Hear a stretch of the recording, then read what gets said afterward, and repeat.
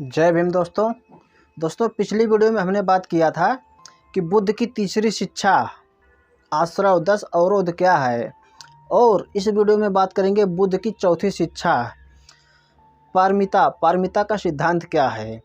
पारमिता का सिद्धांत इस बात पर जोर देता है कि मनुष्य अपने जीवन में 10 अच्छे कर्म करने चाहिए, और वे 10 अच्छे कर्म क्या हैं उसका हम बारी बारी से उल्लेख करेंगे और बात कर लेते हैं कि वो आखिर में 10 क्या चीज़ है जिसके बुद्ध ने बोला है कि इसका जीवन में आपको इसका पालन करना चाहिए।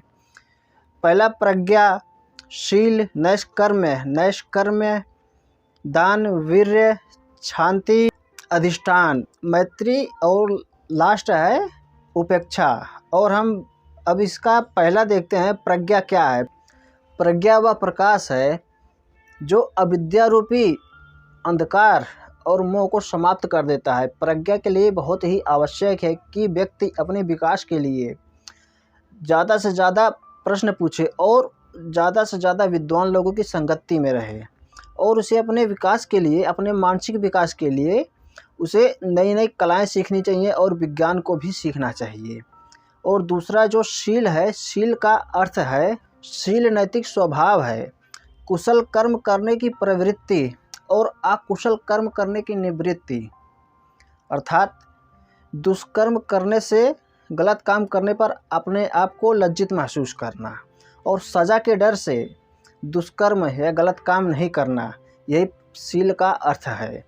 और तीसरा नैष्कर्म क्या है। नैष्कर्म का अर्थ है कि शारीरिक सुखों का त्याग या सांसारिक सुखों का त्याग। दान का अर्थ है कि अपनी वस्तुएं अर्थात धन, धान्य, जन, जमीन, शरीर के अंग, यहाँ तक कि दूसरों की भलाई के लिए बिना कुछ सोचे हुए अपने शरीर का भी त्याग देना, यह दान है। और पांचवा है वीर्य सम्यक साहस है। यदि आपने किसी भी वस्तु को करने की शुरू की हो, मान लीजिए कुछ भी शुरू किया हो, जैसे बिजनेस या जॉब या पढ़ाई, आप तब तक उस कार्य के प्रति सतर्क रहते हैं जब तक कि जो आपने सोचा है वह पा नहीं लेते हैं। यही वीर्य का मतलब है। और छठा है शांति सहिष्णुता को कहते हैं। घृणा कभी घृणा से समाप्त नहीं हो सकती, बैर कभी बैर से समाप्त नहीं हो सकता, यही इसका निचोड़ है। सहिष्णुता से ही शांति स्थापित हो सकती है। और सातवां है सत्य।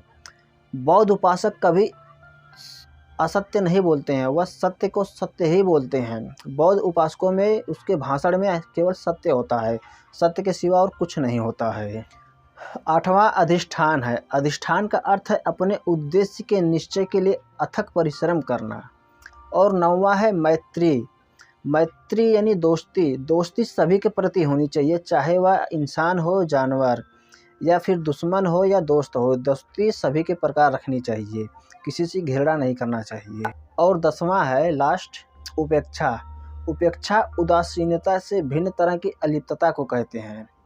यह मन की वह साम्य अवस्था है जो न किसी चीज़ की चाह होती है और न किसी चीज़ की अनचाह होती है।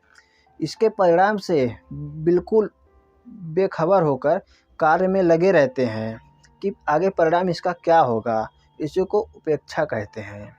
यह बुद्ध द्वारा दी गई 10 पारमिताएं हैं। इसे अपने जीवन में अवश्य ही फॉलो करना चाहिए, अनुसरण करना चाहिए। इससे आपके जीवन में बहुत ही परिवर्तन आएंगे।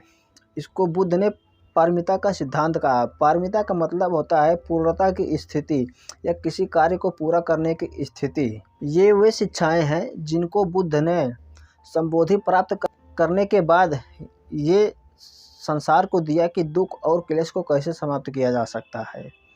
स्पष्ट है कि बुद्ध की जो शिक्षाएं हैं उससे अगर आदमी अपने जीवन में उसे उतारे तो उसकी नैतिक स्थिति बदल जाती है और वह अच्छे कर्म करने लगता है और वह अपने तरक्की के द्वार खोल सकता है। इस वीडियो में इतना ही, मिलेंगे अगली वीडियो में, तब तक के लिए जय भीम।